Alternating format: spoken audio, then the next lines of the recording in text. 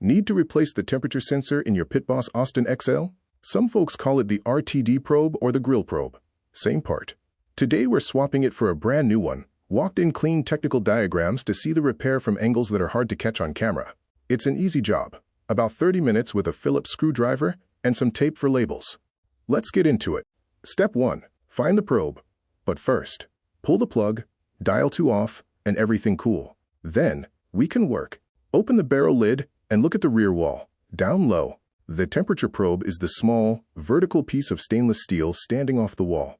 Pull a cooking grit or two if you need room to reach it. Step 2. Unscrew the bracket. 2 screws hold the probe's bracket to the barrel wall. Back them both out.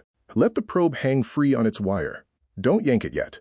The wire still runs through the wall to the hopper, and we disconnect it at the board in the next step. Step 3. Open the hopper access panel and follow the probe's braided wire to the control board.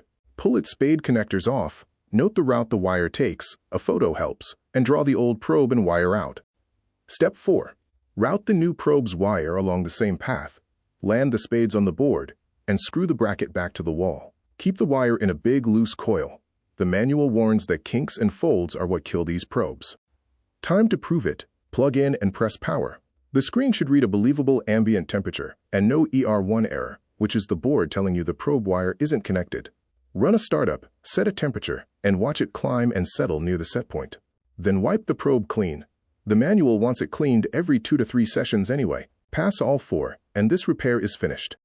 That's it. If you enjoyed the video, please hit like and subscribe. We'll see you in the next one.